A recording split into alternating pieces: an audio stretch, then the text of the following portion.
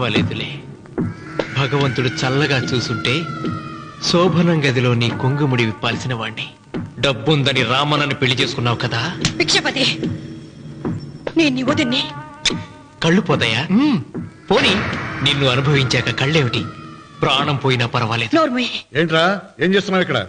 ఏం లేదు నాన్న, పాలేమన్నా ఉంటే ఒక బిందెడివ్వు, నేను కూడా శివలింగం మీద పోస్తాను అంటే నోర్మి అంటుంది. మూసా పోస్తాను వదినా. ఏమా, వాడేమన్నా వాగాడా?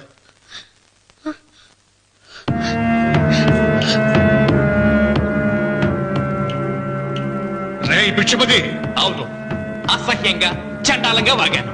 చంపుతావా? చంపు. మీ తాత ముత్తాతలు జంతువుల్ని చంపితే నువ్వు నన్ను చంపు. చంపి నా తల కూడా గుమ్మానికి వేలాడగట్టు. ఇదిగో, పుట్టినప్పటి నుంచి సీత నా భార్య అనుకున్నాను, ఆరాధించాను. నేను తాగుబోతుని, తిరుగుబోతుని, లపూట్ వేదవునని చెప్పి ఆ సీతకు రామన్న చౌదరి గారికి దగ్గరుండి పెళ్లి జరిపించావు కదా. వాళ్ళ కాపురం కూల్చే వరకు నాకు మనశ్శాంతి ఉండదు. సీతని కట్టబెడితే పీటల మీద విషం దాకా చచ్చిపోతుందని బంగారు లాంటి రామనికిచ్చి పెళ్లి చేయించానురా. వెంటనే నీ పద్ధతి మార్చుకోకపోతే నువ్వు తినే అన్నంలో విషం కలిపి తప్పేస్తాను వెధవా. వద్దు నాన్న, వద్దు. ఈ చెంపు దెబ్బ ఎప్పుడో కొట్టుంటే బాగుపడుండేవాడిని. నాన్న, నీ మీదొట్టు, ఇంకెప్పుడు తప్పు చెయ్యను నాన్న, తప్పు చెయ్యను. నన్ను క్షమించు నాన్న. ఏర్పాట్లన్నీ పూర్తయ్యాయా? అది ఏమైంది లోకేశ్వరరావు? 50 జంటలు నమోదు చేయించుకున్నారండి. అందులో 30 జంటలకి దానం చేయడానికి మాత్రమే మన దగ్గర భూమి మిగిలి ఉంది. మరి మిగతా 40 ఎకరాలు అంటే మన పొలమంతా? ఈవేళ బాబు గారు, ఎన్ని సంవత్సరాల నుంచి దానం చేసుకుంటూ వస్తున్నారు. కొండలైనా కరిగిపోవలసిందే కదా. మరి ఇన్నాళ్ళు నాకెందుకు చెప్పలేదు? మీరు పుణ్యకార్యం చేస్తున్నారు, మిమ్మల్ని ఇబ్బంది పెట్టడం ఎందుకని. రామన్న పేరుతో 2000 ఎకరాలు ఉండాలిగా, అందులోంచి రాసేవండి. అందులో మిగిలిన 60 ఎకరాలే ఇప్పుడు రాశానండి. ఆయన పేరు మీద గజం భూమి కూడా మిగలలేదు. రేపు శుభకార్యం ఆకూడదయ్యా. నూతన దంపతులు నా ఇంటి దగ్గర నుంచి నిరాశగా తిరిగి వెళ్ళకూడదు. నాతోరా జగన్నాథం. అన్నయ్య, నువ్వు ఈ సాయం చేస్తే నా పరువు కాపాడిన వాడి అవుతావు. 40 ఎకరాలే కాదు, నా యావదాస్తి మొత్తం నాకు ఇస్తాను, నా ప్రాణాలను ఇస్తాను. లోకేశ్వరరావు, అయ్యా కాగితాలు.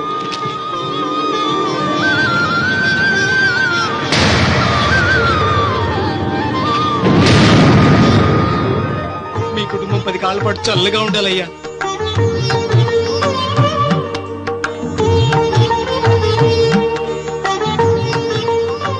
నీ పొలం వాయన దానం చేస్తాడు, పేరు తెచ్చుకుంటాడు.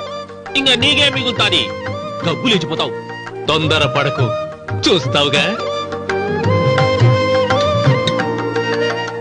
ఒరే రావుడు, ఈ భోజనాల కార్యక్రమం చూస్తుంటే నాకు తిరుపతి దేవస్థానం గుర్తుకొస్తోందిరా. నువ్వైనా చెప్పచ్చు కదా మీ నాన్నకి, ఈ దానాలకు అంతే లేదా? ఎదుటివాడికి ఇంత పెట్టడంలో ఆయన ఆత్మసంతృప్తి పొందుతున్నారు. ఆ పుణ్యమే ఆయన నిండు నూరేడు బ్రతికిస్తుంది. నువ్వు అన్నం వచ్చి ఇదంతా నీ పుణ్యమేరా. అంత మాటలు కదయ్యా. హరహర మహదేవ్ శంభో శంకర. ఓం నమః. పెదనాన్న. ఏం బాబు? పెదనాన్న, నాన్న. ఏమిట్రా? నాన్న నోరు. ఏమిటో చెప్పరా. మా నాన్న నోరు తెరిచి నిన్ను అడగలేక నాకు దస్తావేజీలు ఇచ్చి పంపించాడు. దేనికి? మీరు మా దగ్గర తీసుకున్న పొలానికి గాను రుణపత్రం రాయించుకు రమ్మన్నాడు.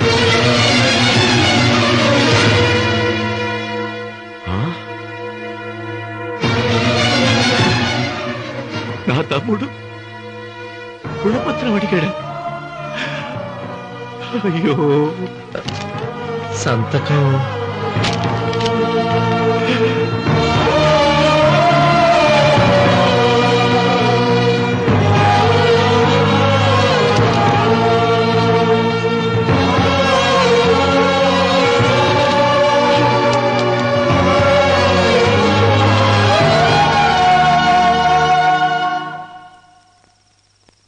ఏంట్రా తినవేంటి?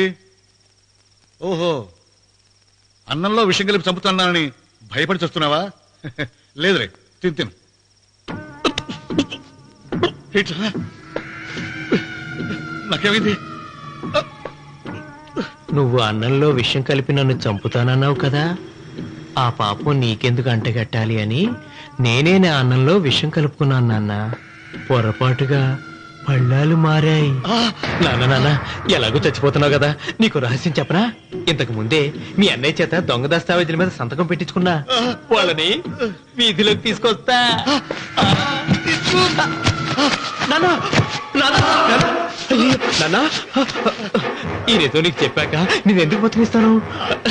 నాన్న చిన్నప్పుడు నీ గుండెల మీద ఆడుకుంటే తెగ ఆనందపడేవాడు కదా, పోయేటప్పుడు కూడా ఆడుకుంటా ఆనందపడే.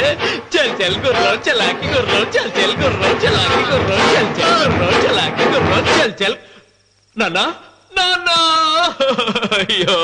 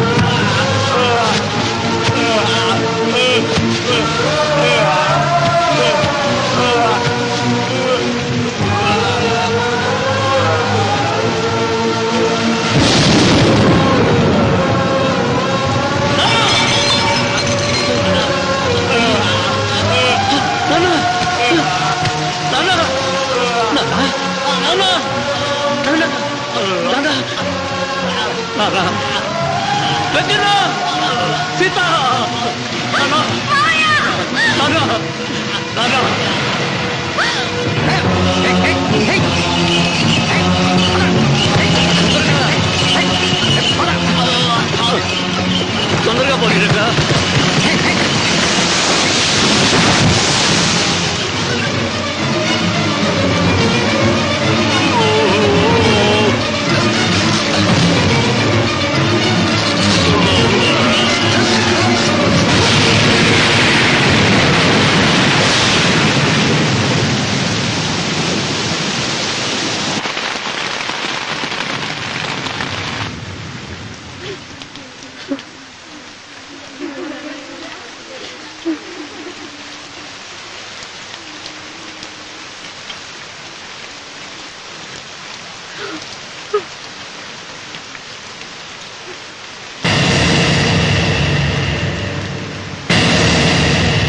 అందరికీ నమస్కారం.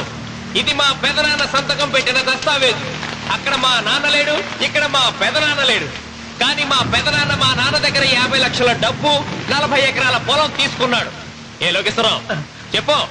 అవునండి, నేను సాక్షి సంతకం చేశాను. ఈ అప్పు ఎలా తీరుతుందో ఆ ధర్మాత్ముడి శవం అక్కడి నుంచి తీసేలోపు చెప్తే బాగుంటుంది. బిక్షపతి మతుందా నీకు? ఇదేనా అడిగే సమయం? ఆయన తగలబడిపోతే ఆయనతో పాటు ఈ నిజం తగలబడిపోతుంది. మా అన్నయ్య ఆ ధర్మాత్ముడు రక్తం పంచుకు పుట్టాడు. ఏమయ్యా లోకేశ్వరరావు, మా అన్నయ్యకి మిగిలిన ఆస్తి ఏమిటి? ఈ ఇల్లు తప్ప ఏమీ మిగలలేదండి. సరే, 40 ఎకరాల కింద ఈ ఇల్లు పెట్టుకుంటాను. మిగతా 50 లక్షలు ఎలా ఇస్తావన్నయ్యా? ఏంటో నువ్వు మాట్లాడేది? మా రావుని ఒట్టి చేతులతో నడిరోడ్డు మీద నిలబెడతావా? సరే, డబ్బు వద్దు, పొలం వద్దు, ఒక్కటిస్తే చాలు. ఏంటది? అది సీత దగ్గరుంది. అది ఇస్తే 50 లక్షల బాకీ రద్దు చేసుకుంటా. సీతారత్నం పుట్టింటి వాళ్ళు పెట్టిన 7 వారాల నగలున్నాయి. అవన్నీ నాకు ఇచ్చేస్తే నేను సరిపెట్టుకుంటాను.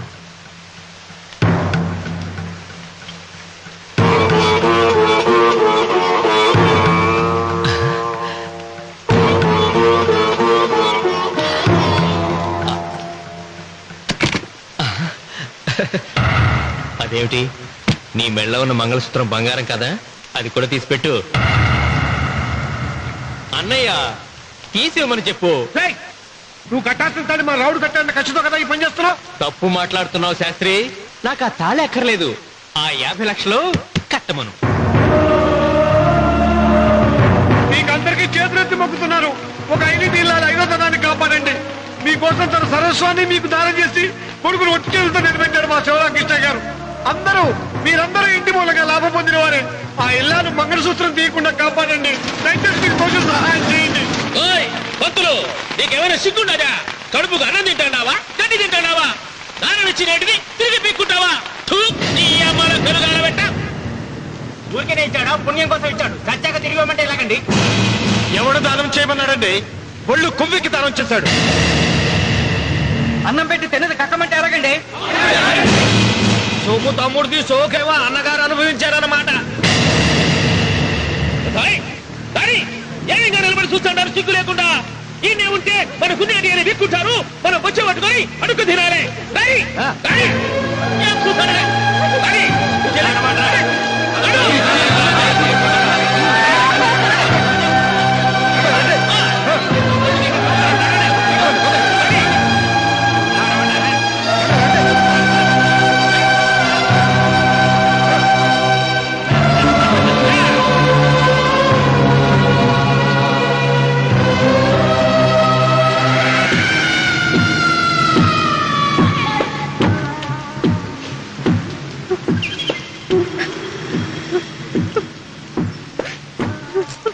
అమ్మ సీత, భిక్షపతి, మా వియ్యంకుడు బాకీ ఉన్న 50 లక్షల డబ్బు, 40 ఎకరాల పొలం నీకు నేనిస్తాను, సరేనా? సరే.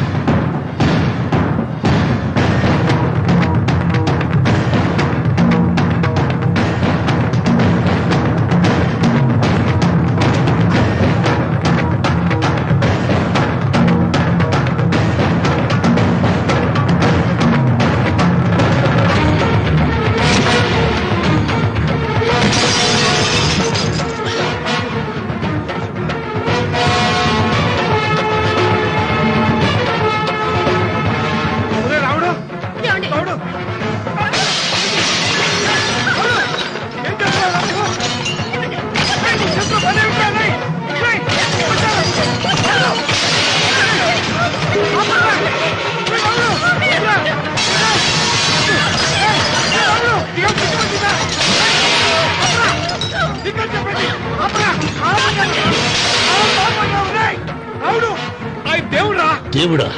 ఆయన దేవుడే అయితే 24 గంటలు శివ పూజ చేస్తూ దానధర్మాలు చేసిన మా నాన్నకు దిక్కులేని సౌనిస్తాడా? దేవుడి పట్ల అపచారం చేయటం మహాపాపం రా. దేవుడిని ఎన్నాడు మనం చేసుకునేది ఆత్మద్రోహం. అసలు దేవుడే లేడు. దిష్టి బొమ్మలాగా నా ఇంటి ముందు ఆ శివలింగం ఉండడానికి వీల్లేదు. తప్పో మీరు ఆ శివలింగం జోలికి వెళ్తే నా ప్రాణాలు తీసేసి వెళ్ళండి.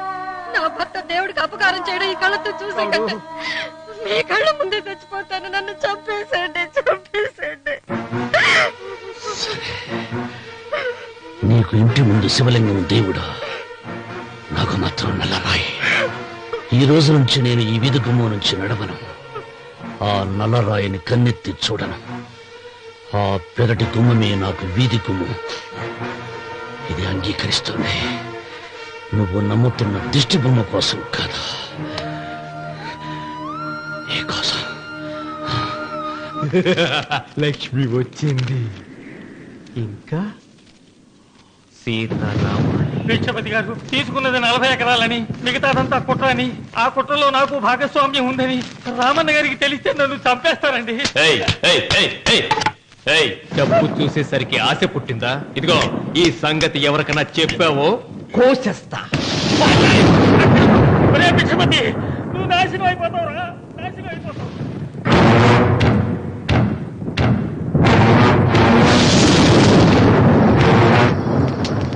రాత్రిపూట ఎక్కడికి వెళ్తావా నాయన? నీకు తెలీదమ్మా, తెల్లారేలోగా ఊరు వెళ్ళి పారిపోకపోతే ఆ భిక్షపతి మనల్ని చంపేస్తాడమ్మా. తొందరగా పద. ఊరుదిలి పారిపోతున్నావా లోకేశ్వరరావు? అది నాకంతా తెలుసు. అయ్యా అయ్యా అయ్యా, మీకు ద్రోహం చేశాను, నన్ను క్షమించండి అయ్యా. నేను క్షమిస్తా, మరి భిక్షపతి వదలొద్దు. నీకు ఉపాయం చెబుతా. అన్వర్, నీ ప్రాణాలకు భిక్షపతి మూలంగా ప్రమాదం ఉందని నీ చేతులతో నువ్వే రాసు. నేను కాపాడతాను. దాన్ని జాగ్రత్తగా మడిచి నీ జేబులో పెట్టుకో. అర్థం కాలేదా? నీ ప్రాణాలను ఆ చేతుల్లో పెట్టావుగా, మీ అమ్మను జాగ్రత్తగా ఇంటికి తీసుకుని వెళ్ళు. వెళ్ళు. వస్తాం బాబు. పదమ్మా, పద.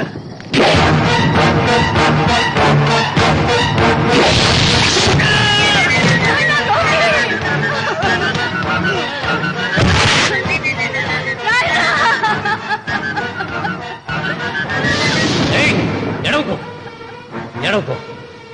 కన్నీళ్లు పెట్టేంత గొప్ప చరిత్ర కలిగిన వాడు కాదే నీ కొడుకు. అన్నం పెట్టిన మా నాన్న చావు కారణమైన వాడు. నీ కొడుకుని భిక్షపతి చంపాడని పోలీసులకు చెప్పాలి. అప్పుడే బ్రతికినంత కాలం నీకు నీ మనవరాలకి ప్రాణభిక్ష పెడతాను. లేకపోతే అలాగే బాబు. అన్వర్, అయ్యా, వీడి శవాన్ని తీసుకెళ్లి భిక్షపతి ఇంటి ముందు పడే.